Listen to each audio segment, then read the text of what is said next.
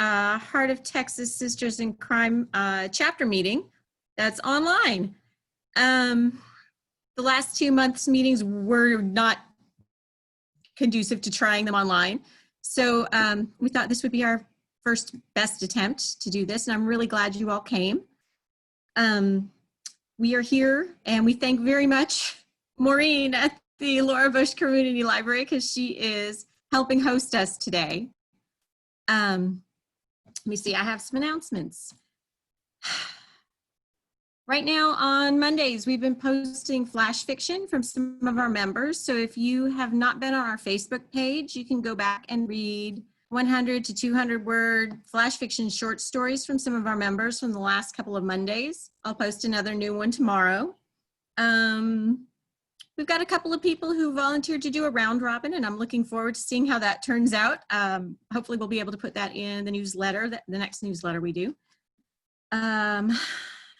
Sisters in Crime National posted an announcement this week regarding all upcoming in-person events that are to be sponsored by the national organization. And essentially, the national organization is not going to be sponsoring any in-person events through the end of the year.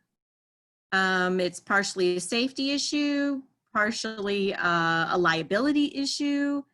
And because there are just so many different situations in different parts of the country, it's hard to know what things are going to do through the end of the year. But if you have not read the national organization's announcement regarding the COVID situation, it's posted on the national organization website, sistersincrime.org, I believe.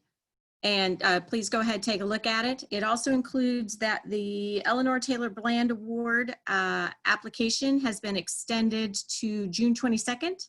So if you know anyone who qualifies to apply for that award, please let them know that the deadline has been extended. Let me see what else I have for you. As we're shifting gears, we may be a little late in letting you know what the next meeting is. We're still working on finalizing that, and we will announce what the next topic is shortly, but we hope to have another online meeting next month. Okay, so today we are presenting our wonderful Vice President, KP Gresham. She is the author of the Pastor Matt Hayden Mystery Series, which includes The Preacher's First Murder, Murder on the Second Pew, Murder on the Third Try. She's also the author of a standalone novel entitled 3 Days at Wrigley Field. She's been a media librarian, a technical director, a middle school literature teacher, and a theater playwright. She's a graduate of Rice University's Novels Writing Colloquium. She lives here in Austin, and today she is presenting The Hero's Journey and How to Put It on a Page. So please welcome KP Gresham. Thank you, Noreen. Thanks everybody for coming today. Basically, what we're running into in this day and age is a lot of terms as to how your story should flow that even though they're the same thing, they don't sound like it, and it's so confusing. So what I'm going to do today is take this format for a story that we're supposed to be putting down on the page. It follows the hero's journey, and I'm going to use the modern terminology. It's a 15-step beat sheet put together by Blake Snyder. So I'm trying to move everybody into what terminology is now in putting our books on the page. I said formula, and I don't like the formula word. I don't like someone telling me, you have to do this then in order to get your story on the page. What do you mean? It's my story. I'm original. So I wanted to go just a little bit into the history of how this came about, and there is really a legitimate reason behind it. We start with, here are my sources I'm going to be using today for today's talk. The Writer's Journey by Chris Vogler. That to me is the writer's Bible. I love that book. We now have called Save the Cat Writes a Novel. That's the 15-step sheet that everybody's kind of using now in their terminology of what point are you in the story. And then we have some YouTube videos that I'm going to reference, kind of demonstrate what all of this means. I will be allowing questions at the end of each act. And I think, Maureen, are you letting people ask you questions via chat, or how are you doing your thing, my dear? Sure. Like if anybody wants to type in a question in the chat, then you can, and I can tell Kathy what the questions are at each stopping point, kind of during the presentation. Or you can Yeah. jump in and ask too at that point. Okay. If you don't know how to use the chat, if you look at the bottom of your screen, move your cursor over the bottom of the screen, some buttons should appear that show participants and chat. If you click on chat, that'll allow you to type in questions. Okay, and this is a PowerPoint presentation, but I am assuming you are looking at it on a screen that's very close to your face. If we were doing this in a large room, you can't have this much stuff on a slide. But I wanted to make sure that you knew that this is just between you and I. And if you would like me to send you a copy of this PowerPoint at some point in time, just put your email in that same chat thing, or I give you my contact information at the end of the program. Okay, well, we're starting with Carl Jung. He is, pretty well known. Hold on, Kathy, just a second. Should we be seeing your PowerPoint right now? Mm-hmm. Yeah. Maureen, can you see her PowerPoint right now? I can't yet. Can you, if you just share your screen, Kathy, at the bottom? Yeah. Okay. And I can do it if you want me to. I think you're going to have to, dear. That's fine. Okay. Here we go. Maureen, are we going to be using yours now? Or We can, if that's okay with you, we can use this. Is that what you want to do? no.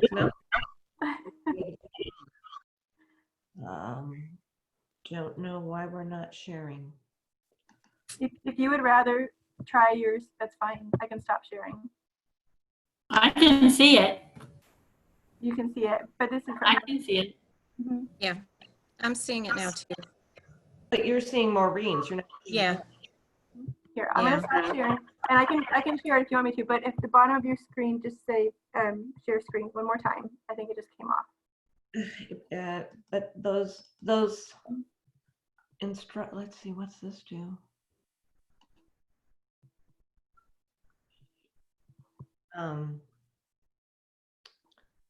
Well, that didn't go well, did it? Technology. Either one of us can share it. That's fine. You. Why don't I just start it, and then if you want to switch later on, we can. Okay, hold on. What do we got? Wait. Finally. It came back. Okay, hold on. Just a sec.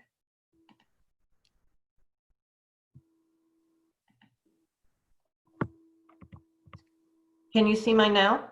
No, we can just see you. Wow, that's a bummer. Okay. Okay.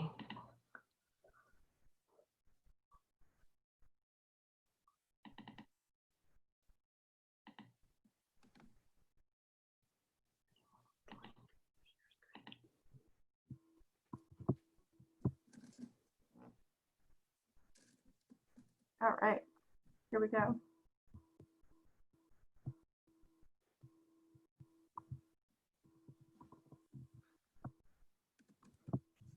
All right, Maureen, you're going to have fun. You want me to share mine? I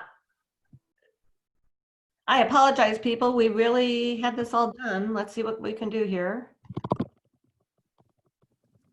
It's still loading it.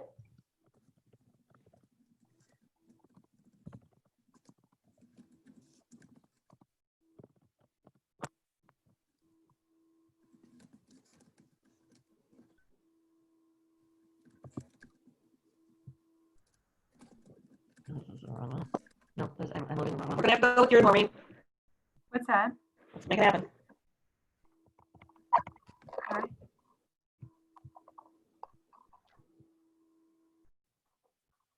Okay, so what do you need me to do? Okay. Would you like me to share mine? We're gonna have to, and good luck. Okay. All right. Here we go.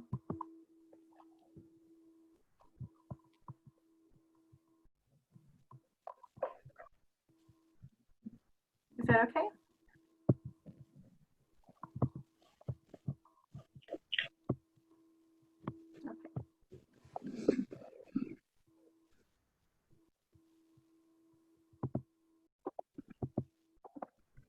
Looks good. Okay. All right. Here we go. All right, Kathy, and you can just let me know when you want me to switch to the next screen.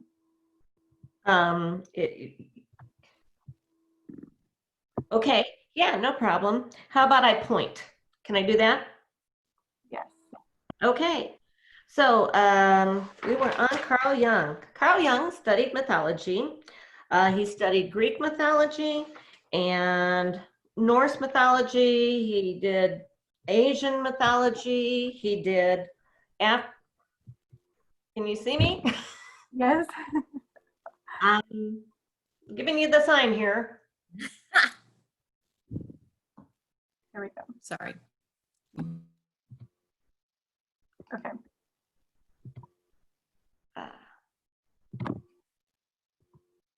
Here we go.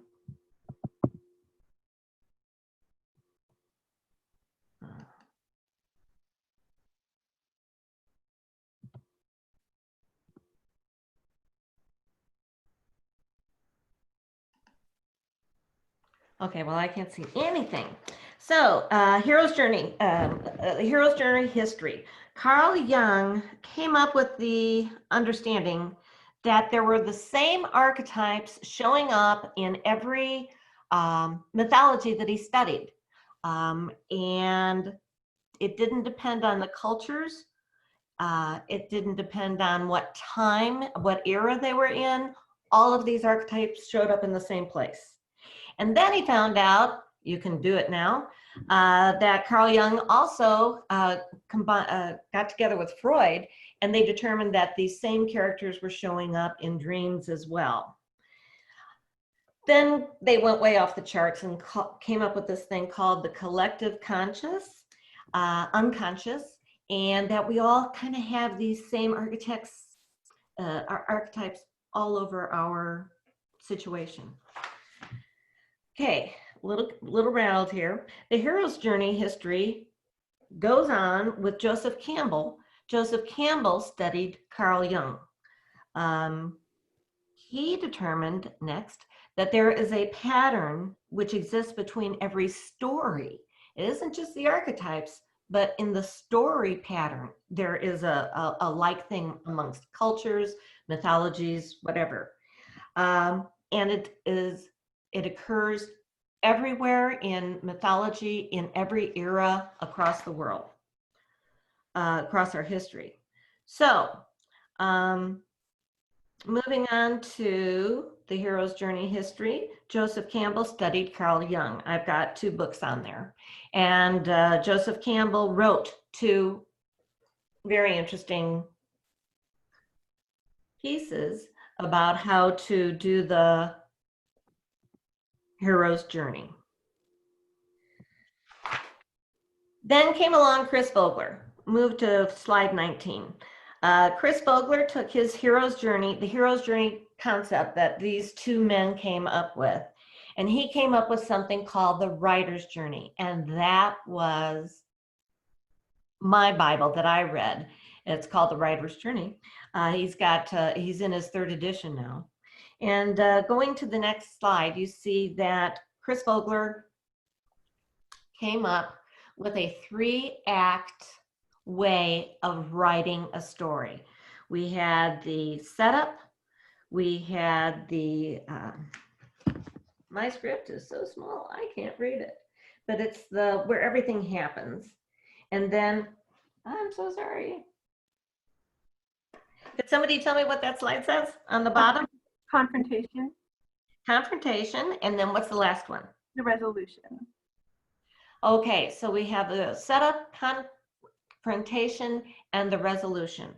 And these are the 3 acts we're going to study, but we're going to do them via the 15-step way of doing things. It's called a beat sheet.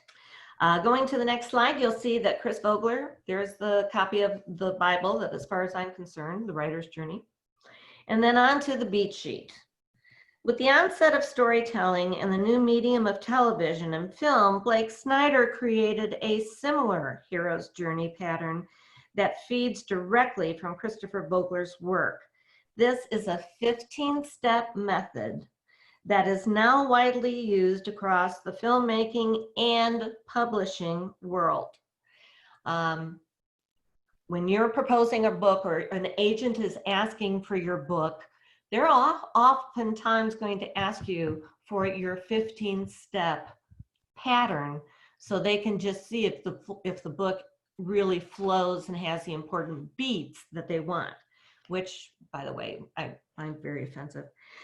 So the next slide shows that Save the Cat book that Blake Snyder wrote. And that was specifically for script writing. So the next slide gives us Jessica Brody, who, with Blake Snyder's blessing, came up with the book, Save the Cat Writes a Novel. Next slide. That's how this is the book we will follow in how to get our stories down on the paper. My darlings, how are we doing? Have I calmed down enough for you to follow any of this?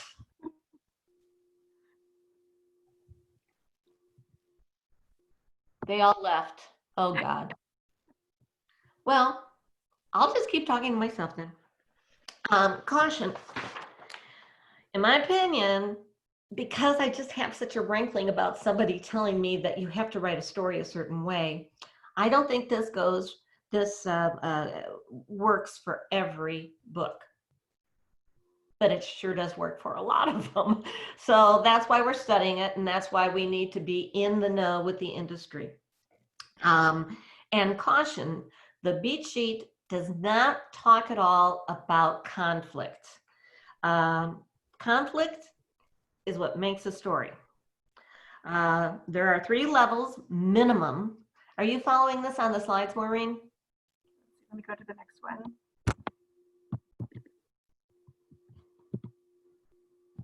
Here we go.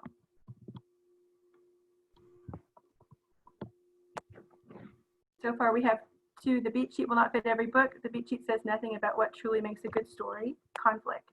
And then, so move on to the next one. There are 3 levels of conflict that must be in a story. 1, the internal conflict within the character. Am I good enough to do this? Oh, I can't do this. This isn't what should I do that or should I do, that conflict that we all feel inside of ourselves, a conversation that nobody ever hears.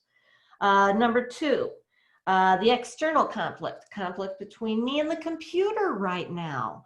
Conflict between just about, any character with another character. Think about Darth Vader and Luke Skywalker in that second film when Luke is like, no, Luke, I am your father, that kind of stuff. And then the 3rd level in the Star Wars example is the Empire versus the Jedi. At first, in the first thing, we kind of think it's Empire versus the Resistance, but we learn as the tale goes on that it's the Jedi that's really the Force versus the dark side. Okay, next slide. Heroes come in all shapes and sizes. Some are willing, some are unwilling.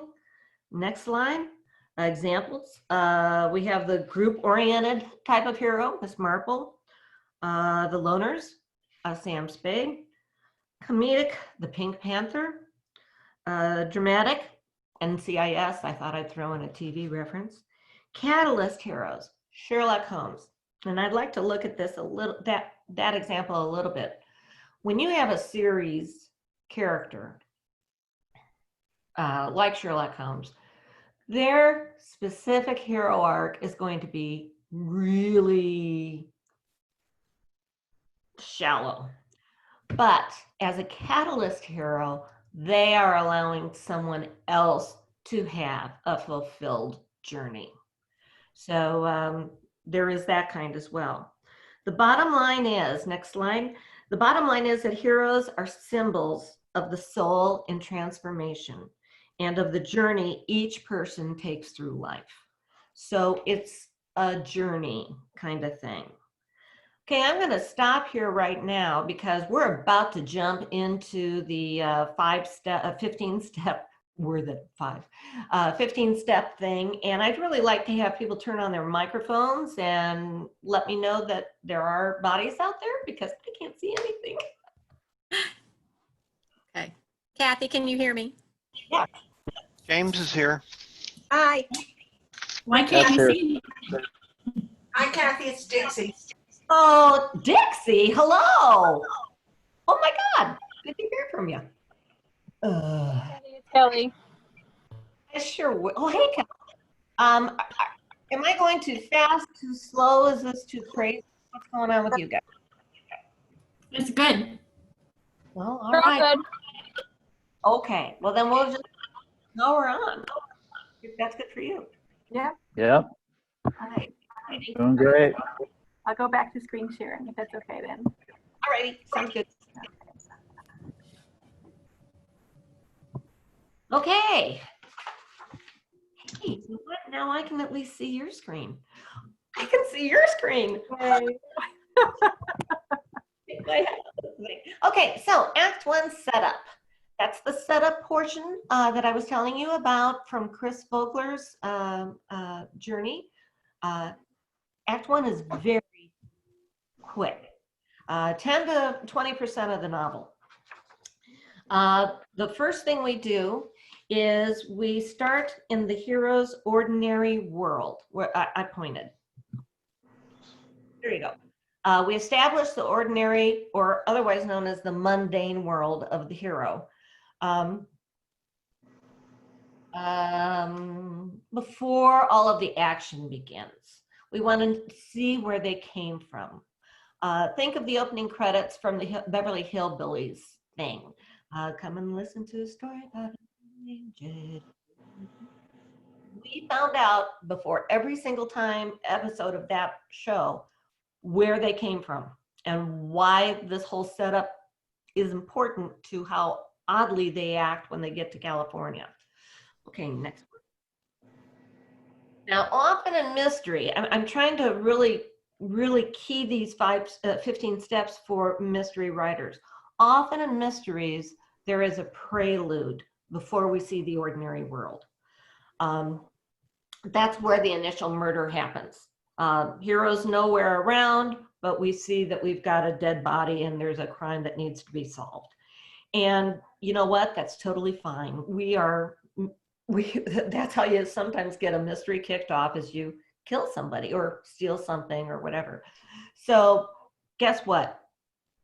You get to do that if you're a mystery writer. It's called a prelude in my book, and simply pick up the setting of the hero's ordinary world after the prelude murder. Moving on. Theme stated. Ouch, themes. I hate that word, don't you? But it's a statement made by a character, typically not the hero, that hints at what the hero's arc will be. The lesson he must learn by the end of the book. Moving on. The reason this is important is because a hero's character arc is important. Even in noir fiction, where the book begins with the down and flawed hero and ends with the hero being even more down and more flawed, there needs to be a character arc. And a theme has a marvelous way of setting that in the reader's mind. They don't know it. I mean, a lot of times themes go unthought about, but it does follow through. Let me give you an example. Maltese Falcon, Sam Spade, he is this streetwise, I know everything, I'm very cynical, I like money. Man in control, he believes that he can create every situation for himself. And then in one of the early scenes, Spade's secretary, Effie, after listening in on one of his controlling phone calls, says, "You worry me, Sam. You're not as smart as you think you are." And that's the theme, one of the themes. There's greed, lies, but this is one of the themes because it's the truth. You're not as smart as you think you are. And he thinks he can save himself from being hurt. And he was not able to protect his heart from falling Bridget, who ends up being a murderer. Okay, moving on. We have the setup. Usually the first hint where trouble is appearing, more characters are introduced, intrigue begins. Next slide. Okay, Maureen, if you're listening, you need to hit play on this and stop it at 53 seconds. Okay. Can you guys see that so far? So far, so good? All right. So Yep. play it until 53 seconds. Let's see. Correct. About me staying on another season? And if these new droids do work out, I want to transmit my application to the Academy this year. You mean the next semester before the harvest? Sure, there's more than enough droids. Harvest is when I need you the most. It's only one season more. This year we'll make enough on the harvest that I'll be able to hire some more hands, and then you can go to the Academy next year. You must understand I need you here, Luke. But it's a whole nother year. Look, it's only one more season. Yeah, that's what she said when Biggs and Tank left. Where are you going? Looks like I'm going nowhere. I have to go finish. Perfect. Oh my gosh, you're better than me. Okay. So we have now seen Luke's Ordinary World. I just realized I need to say something. I tried very hard technically to get a mystery so I could show you the steps via a mystery. But I was not able to transfer them to the PowerPoint. I had to pull something off of YouTube, and YouTube had Star Wars. So I am using Star Wars as our example of what these different steps are. So I apologize to you guys for it not being a mystery, but I think since we're all familiar with Star Wars, I think you'll be able to get the idea of what we're talking about here. Okay, moving on to the next slide. We have the next slide. Yep.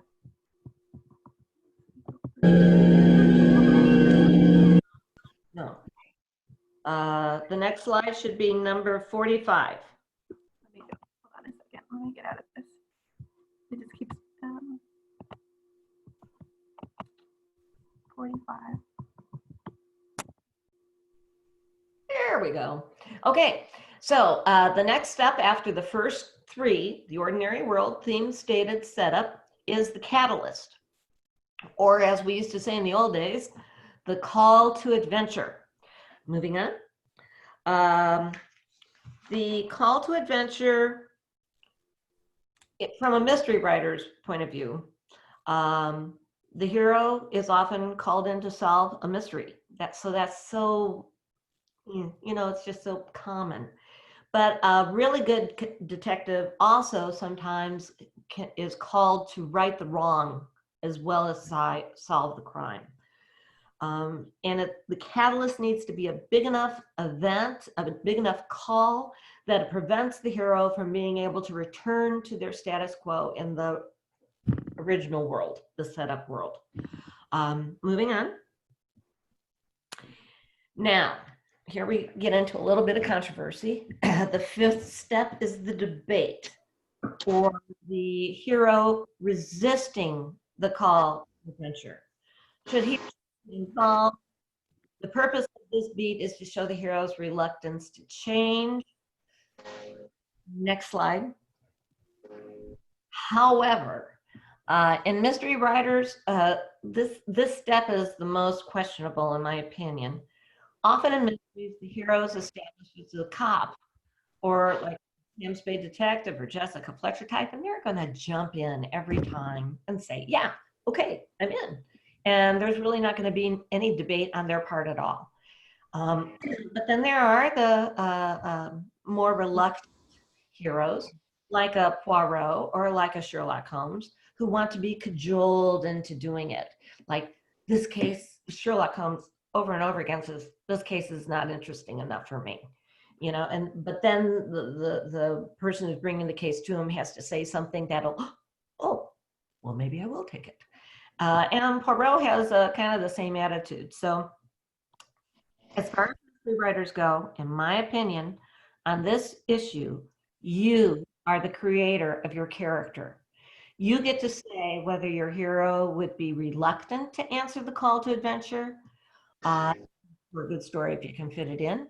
But if it doesn't work, it doesn't work, in my opinion. So depending on what kind of a character you've created is whether or not we will see that in your writing. Okay, next. Okay, that's Act 1.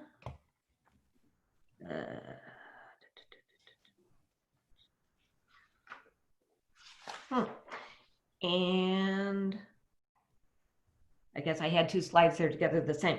Moving on to the video. Maureen? Yes. This one needs to stop specifically at 2 minutes, 3 seconds. Okay.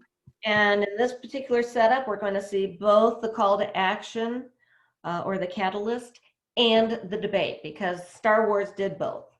Let her rip. And do we start at the beginning of this one? Yeah, they're all queued up to the beginning. I could cue the beginning, but I couldn't cue the end.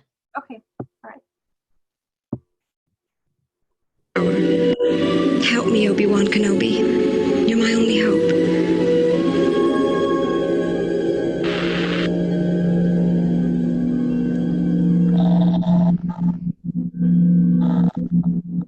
You must learn the ways of the Force if you're to come with me to Alderaan. Alderaan? I'm not going to Alderaan. I'm going to get home. It's late. I'm in for it as it is. I need your help, Luke. She needs your help. I'm getting too old for this sort of thing.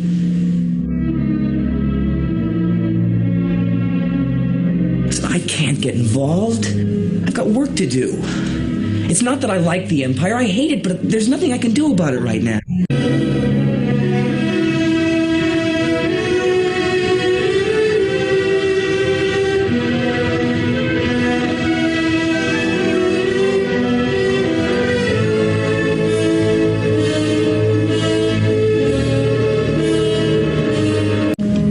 You to Alderaan. There's nothing for me here now. I want to learn the ways of the Force and become a Jedi like my father. Well done, Maureen. You rock. Okay, on to the next slide. We're looking for slide number 51, if it helps. Okay. Perfect. Okay, so that's the end of Act 1. We have the 5 steps: the ordinary world, the theme, the setup, the catalyst or call to adventure, and the debate. So guys, what do you got for me? Ask me lots of stuff.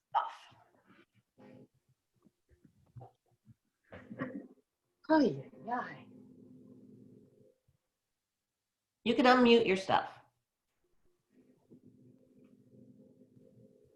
Nothing? Kathy, what's the theme for this particular example, the movie? Okay. Luke, the theme of this movie would be, well, obvious. There's always more than one thing. But first, we have good versus evil. Second of all, we have Luke's journey is going to be realizing that he has a power within him. And it comes out specifically in the way Obi-Wan Kenobi says things to Luke that there's things you don't understand, Luke, but You can do that kind of thing. So it's his growth of learning of growing up, his coming of age, realizing what's within him. How did that go? Makes sense. Okay, all righty. How many people do we have on anyway? 16. Oh, wow. That's fantastic. Hi, everybody. Okay. But like I said, in Maltese Falcon, there's so many different themes that they deal with. Star Wars deals with those kind of themes too. An old man finding life again. Obviously, Han has a whole different kind of from bad guy to good guy kind of arc and theme going there. You're not as tarnished as you think you are. Anybody else? Come on. Well, Luke does say after the debate, I want to become a Jedi. So that firmly puts him on a long arc. Yes, very good, very good. I don't think Han is so much a bad guy as just a rogue. Rogue. Oh, I like that much better. But he's kind of brought into the herd, right? Yeah. I like the question about the theme. This is Sherry Fields. I have a problem. I read a ton of stuff that's not always great, but a lot of good mysteries. And I don't always see that there is a theme. It's, the detective that we know, they're a good, we like them, but what's the theme? They don't actually, frequently they don't change. Maybe they do solve the mystery, but they don't become a different person. Like I definitely get it in Star Wars. Well, okay, I'm really glad you said that. Okay, so like I said, with Sherlock Holmes, he does very little growth in that entire series. I'm just trying to pick somebody that I'm hopeful we're all, right. Good. We all have those characters in our thought processes. He is what we call a catalyst hero. And by that, he allows people who have a different theme going in their lives to go their journey. The theme for one story might be blackmail. Might be thievery. It might be lying does you no good. Or if you tear somebody down, be very careful because you'll get torn down.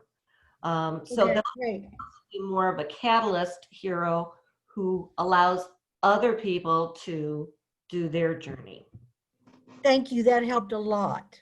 Okay, cool. Cool. I'm so glad I read that.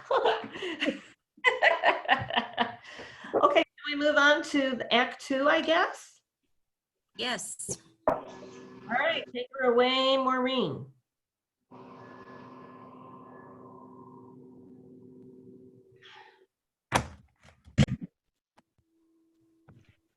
All right, so Act 2, obviously 60 to 80% of the book. Confrontation, that's what it was called in Chris Vogler's character arc that we saw early on in the PowerPoint. Oh no, I lost me again. How's that possible? Shucks a Rooney. Can you not see my screen, Kathy? Lost your screen. So convenient.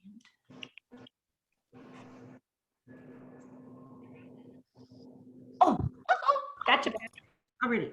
So anyway, this will show you my frustration with these new terms in this beat sheet thing. Because look at number one. Number one, the break into Act 2. What the heck does that mean? Well, this is the decisive action beat that separates what we've had in Act 1, the status quo, from the action and the upside down world of Act Two. Next slide. This is the moment the story takes off. Action, action, action. Holmes and Watson run out of 221B to go find out next, get to the place where the murder took place, or to do their first part of the investigation. It's action right after they've answered the call. They say, okay, we're going to take the case, and boom. That's what this break into Act Two is. Isn't that a marvelous term? I think not. Okay. Moving on to the next thing. And then this is even worse. Bring in the B. What the heck is the B story? Well, it's an introduction of a new character or hero to help the hero learn the lesson. It can be bad guys, it can be good guys, it can be girlfriends or boyfriends, it could be enemies. I mean, it doesn't matter, but you bring in the B story. Now, I've got an example of this from Star Wars. And I think once you see the example, it'll click in what a B story is. But right now, all we have is Luke's. Okay, he's not gonna, he's in this world that he doesn't like. He's bored to stiff. And he gets, he's not gonna do it. And then his aunt and uncle are killed. Okay, I'm gonna do it. We break into Act Two, and then we bring in the B story. Now, this is our next video, and this one ends specifically at 2 minutes, 31 seconds. Got it, Maureen? Got it. Okay, here we go. Thank you. What is it? It's your father's lightsaber. This is the weapon of a Jedi Knight. Not as clumsy or random as a blaster. An elegant weapon, but a more civilized age. For over 1,000 generations, the Jedi Knights were the guardians of peace and justice in the Old Republic, before the Dark Times. Okay, so, and another thing too, I want you to note that Lucas did, he actually brought in the B story before Luke accepted the call. So you can play with this chart a little bit. So here Luke's B story is telling our hero about the global conflict. Remember, we got those 3 levels of conflict. And it's, so we're learning about the conflict, more about the conflict between the Empire and the Resistance / Jedi. And it's coming from a mentor character, which is Obi-Wan Kenobi, always a very important character to have in there. Do you guys get what a B story is now? Now this whole other part of this world is being brought to Luke's attention. He kind of knew it was there before, but now it's being brought to his attention.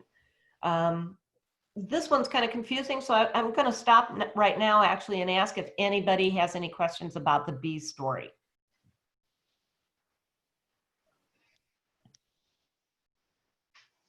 Okay. Okay. Well, then back to, we're going to go to slide 57, Maureen. Okay.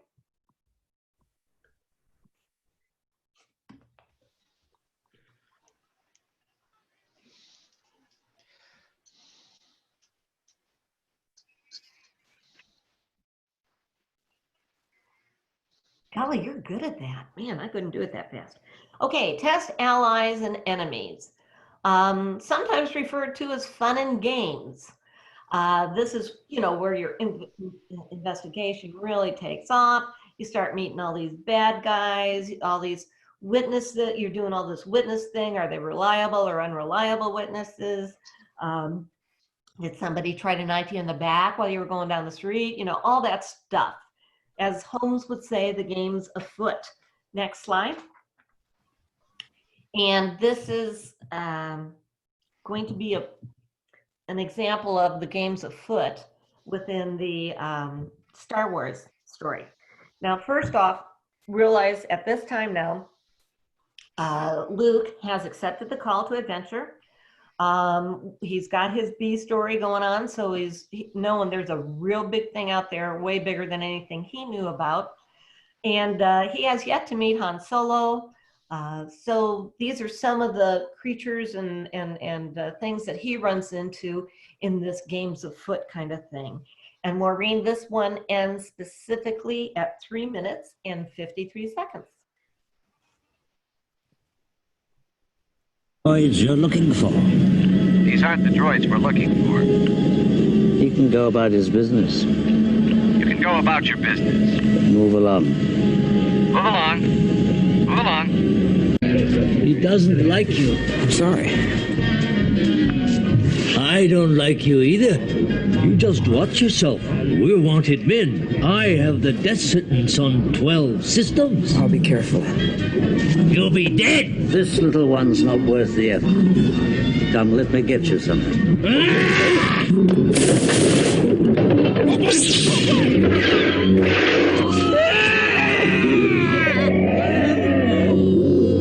What's the cargo? Only passengers. Myself, the boy, 2 droids, and no questions asked. Over my dead body.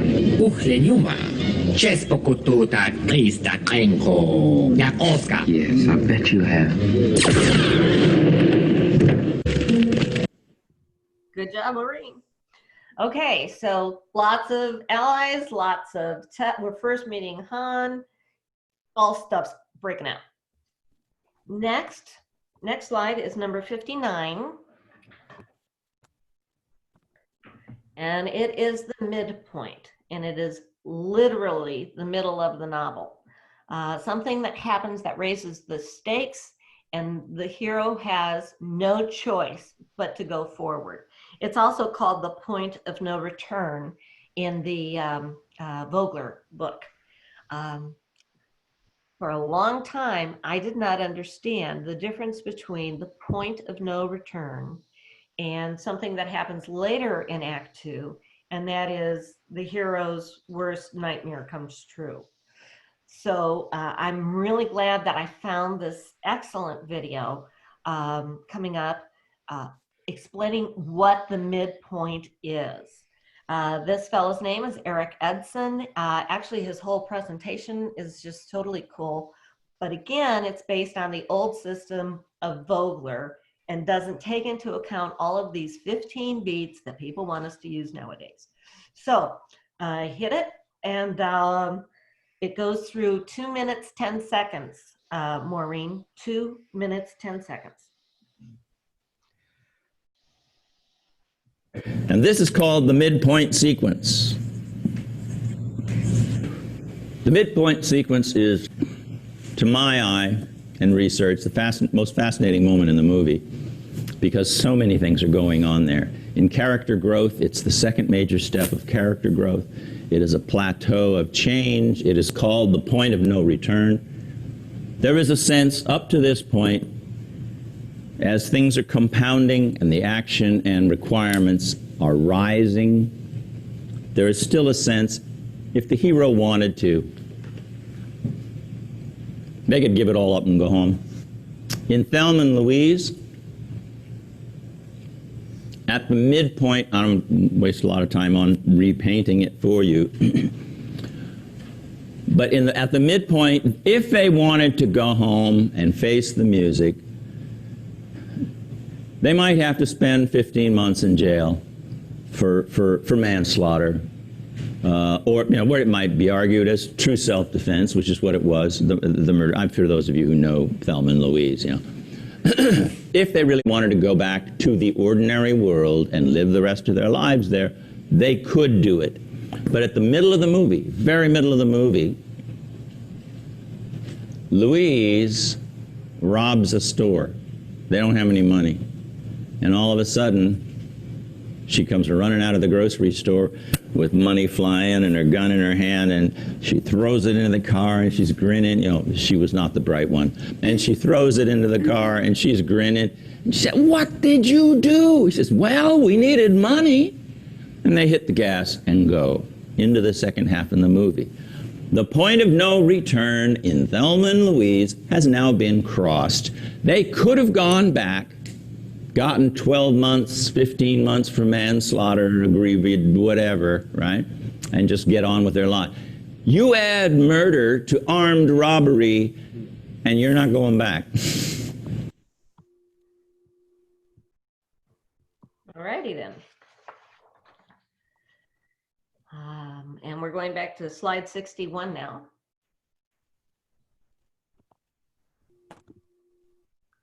And yes, this is going to be a clip from Star Wars.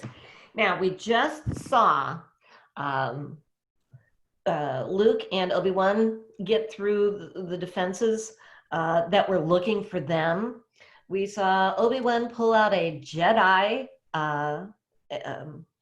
weapon and slice off somebody's arm. We saw Han kill the bounty hunter. We are now going to hit this one and go through 4:10. 4 minutes, 10 seconds. Maureen, let her rip. They're up for sale if you want them. Let me see your identification. You don't need to see his identification. We don't need to see his identification. These aren't the droids you're looking for. These aren't the droids we're looking for. He can go about his business. You can go about your business. Move along. Move along. Move along. He doesn't like you. I'm sorry. I don't like you either.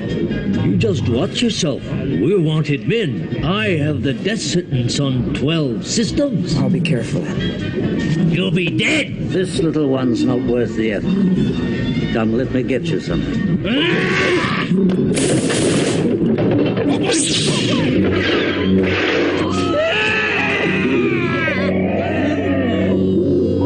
What's the cargo? Only passengers. Myself, the boy, 2 droids, and no questions asked.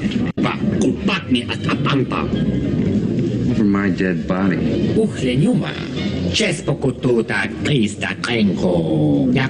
Yes, I bet you have. Stop that ship! Blast them!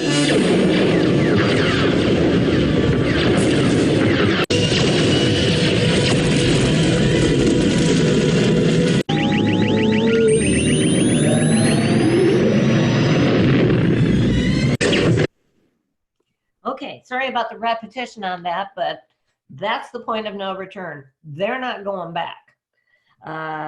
They have no choice but to go forward into the action. Okay, slide number 62, Maureen, my dear. All righty, so otherwise known as bad guys close in. This is when it's really starting to get tense. From that midpoint through the end of this act, it's just building and building and building. This is also known, next slide, as the approach to the inmost cave, which is basically the approach to the hero's worst nightmare. And from here on out, the hero is walking into some really bad stuff. And he's going to his worst nightmare because we all know that. That's what's coming. Next one. Sometimes the hero, the allies are, the bad guys are closing in on him, and that's how you feel that he's getting into a really dangerous spot. And sometimes he just plain old walks right into it. It gets sucked into it. And however you do that, it makes for fun. But the bottom line is the hero is heading into real trouble. Next slide. Remember how I talked about those 3 levels of conflict before? All of those need to be squeezing in on our hero now. The internal conflict inside of himself, interactive with everyone around him, global, all of that stuff has to come, I think needs to come in that final moment, that inmost cave. I think we're ready for another cut. This one ends at 5 minutes, 26 seconds. And I started it in the right place this time. Look at him, he's heading for that small moon. I think I can get him before he gets there. He's almost in range. That's no moon. It's a space station. It's too big to be a space station.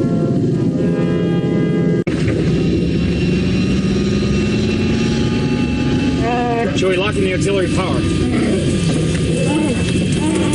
Why are we still moving towards it? We're caught in a tractor beam that's pulling us in. There's gotta be something you can do. There's nothing I can do about it, kid. I'm full power. I'm gonna have to shut down. There's no one here.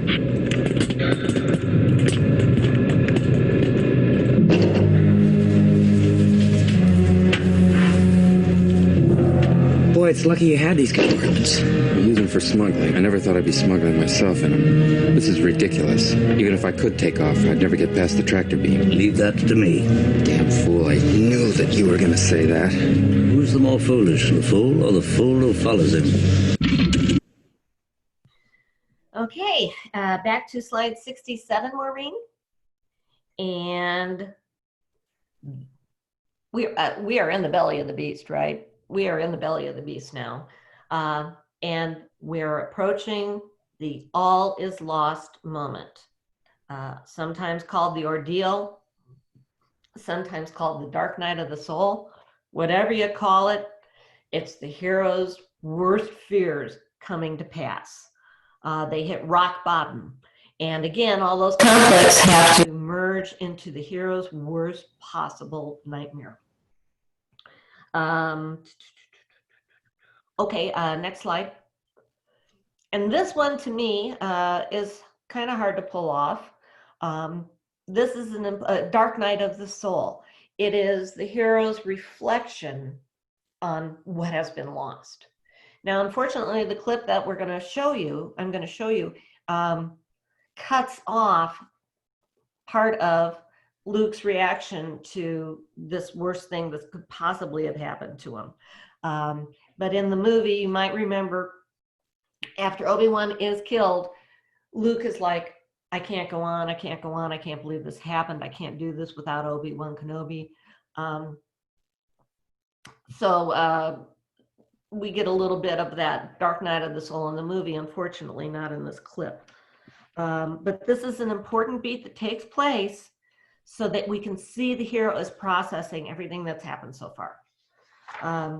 Let's hit this one, and it goes to 7 minutes, 20 seconds, Maureen.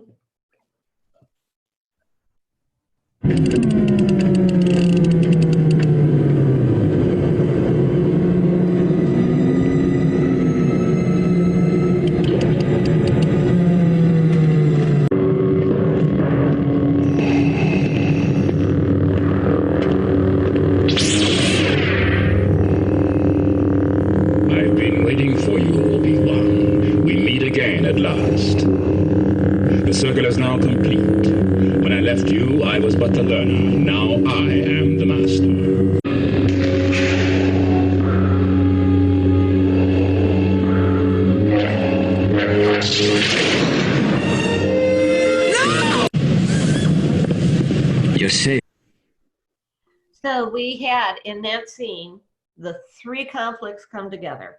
The global, the dark side, Darth Vader, killed the Force, Obi-Wan Kenobi. So that's your global conflict. Internal conflict, Luke is devastated by Obi-Wan's death and feels he is inept, unable to carry on his mission. And the interactive, what they didn't show was they had a heck of a gunfight with the stormtroopers in order to get on that ship and get the heck out of Dodge. So there we have it. Slide 71, the 6 main points in Act 2. So there you are. What kinds of questions do we have? I will say Act 3 is very short. So what do you got for me, guys? Do tell.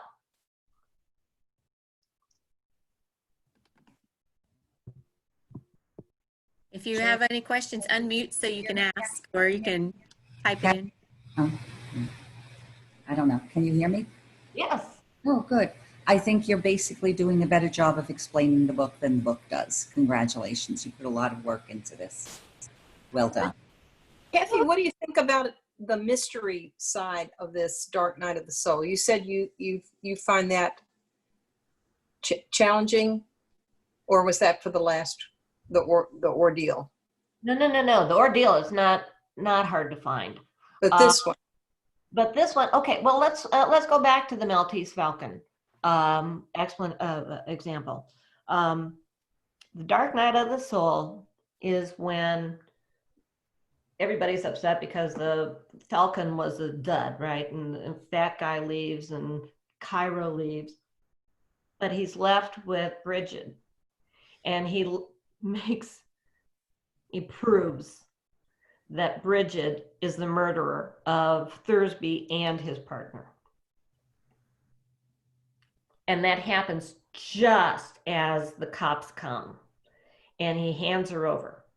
And so what you get, the only real retrospect you get from him is, well, actually, it's true. Because he does have that, I'm doing this because, you know, when a man's partner dies, there's something he's got to do about it. So actually his is longer. He gets his in. That's true. But sometimes you just don't get the reaction time to do it, but you need to do it. You need that hero to somehow acknowledge, oh my God, this just happened. I can't go on. Sorry about that, Helen. I started using the wrong example there.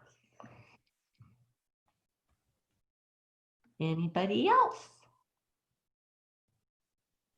I think you're good. Okay, all right. In that case, let's move on to the very short Act 3. And again, okay, that's slide 72. And again, that is the word that Vogler used for Act 3 was resolution. Now, there's some folks that say resurrection, but it's not like we're always having a happy ending. Resurrection almost sounds like a happy ending to me. And not all books have happy endings. Just a second, I gotta get this off my screen. Okay. Okay, so moving on. Again, my favorite term, Act 3, number 13. The next slide. The break into Act 3. I hate that. What does that mean? For us, it means it's the aha moment. It's the moment the hero realizes, wait a minute, I do know what to do to solve this issue. I am finding it within myself to either figure out who the murderer is and prove it, or in our Star Wars world, you'll see another one. But more important, instead of just solving the crime or fixing the plot, they fix themselves in this moment. This is when the hero has that learned theme actually take over him. Okay, I got it. Oh, okay. So this one ends at 8:45. Maureen?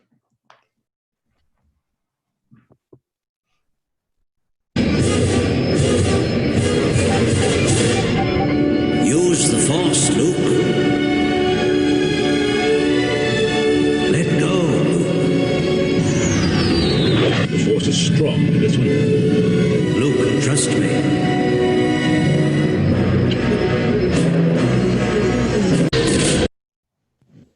And he takes out the Death Star. His aha moment is, thankfully, Obi-Wan is still there over his shoulder, either reminding him or getting in his thoughts, or however the Force communicates. But he goes, I have the Force. I can do this. I'm going to trust myself. This whole story, he hasn't been trusting himself. I'm going to trust myself that I can do this. And he blows up the Death Star. Slide 75. We are now at the point of the finale. Huzzah! The bad guys are destroyed, flaws are conquered, crimes are solved. It is the big yay, we got this done. Or I'm devastated we got this done, but it's done. Depending if it's a happy story or a sad story. Moving on to the next slide.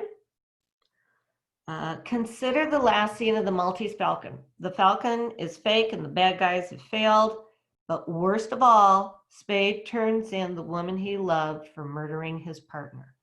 That's the finale.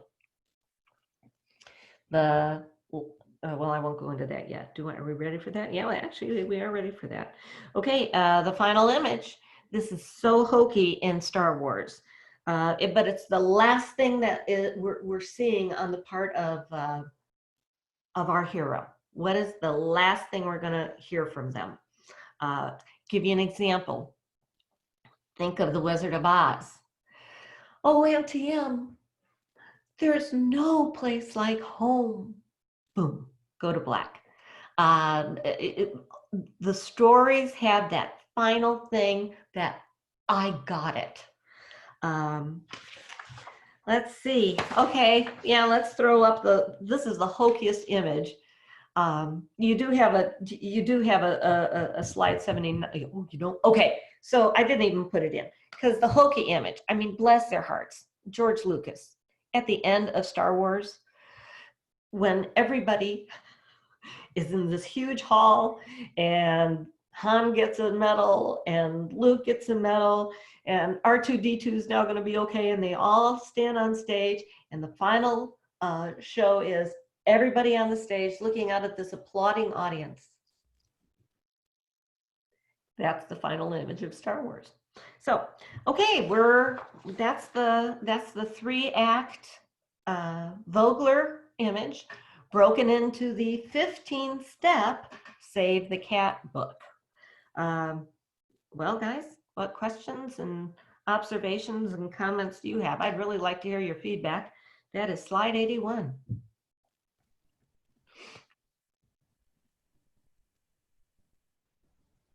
There we go. Here we go. Hey, hi, Kathy. I think you did a wonderful job. Thank you so much. I agree with you, though, that some of these beats may not fit perfectly and that you might want to rearrange the order on one or two of them here and there. I mean, George Lucas certainly did. Yeah, right. And bless his heart. Let's see, I'm trying to figure out how to get to see you guys now. Maureen, can you take your thingy off yeah, there we go. Hi, guys. Okay, very good. Yeah, completely agree. I think it's a guide and not a Bible. It's not the 10 Commandments. Yeah. Does anybody else have any more questions? Anybody? No? I think it was very helpful. Even if you're not going to follow them exactly, it's good to know what they are so that you can know, wait, do I need to make this change, to really think about it? The way I look at it is the old days when you had a pattern for a dress. And the pattern was a really good pattern, but in my case particularly, perhaps the waist needed another inch or two. I changed the pattern to fit in order so that the dress would fit. So I think that's the way I look at it. But you got to know what the pattern is, and then it's okay to deviate from it. Yeah. Yep. Yay. Yay. Well, thank you everybody for sticking with the presentation. And like I said, if you want to get a copy of it, it'll work for you. Feel free to either let Maureen know or whatever you would prefer. All good. Kathy, do you want to share your email address? What, Maureen? Would you like to share your email address? I can type it into the chat box if you'd like me to. I think I put it on the last slide. Okay. Did I? I can't remember. I'm sorry. Okay, well, anyway, okay, so here's my address. My email address is KP Gresham SHAM, at gmail.com. And I'd love to send it out to you. There, it's in the chat if you need to see Kathy's email address. Great. You are a blessing. Oh my gosh. Thank you. Glad it worked. Thank you very much, Kathy. Thanks. Really Great appreciate it. Great job. Super. Have a good one. That was awesome. Take care. Thank you so much.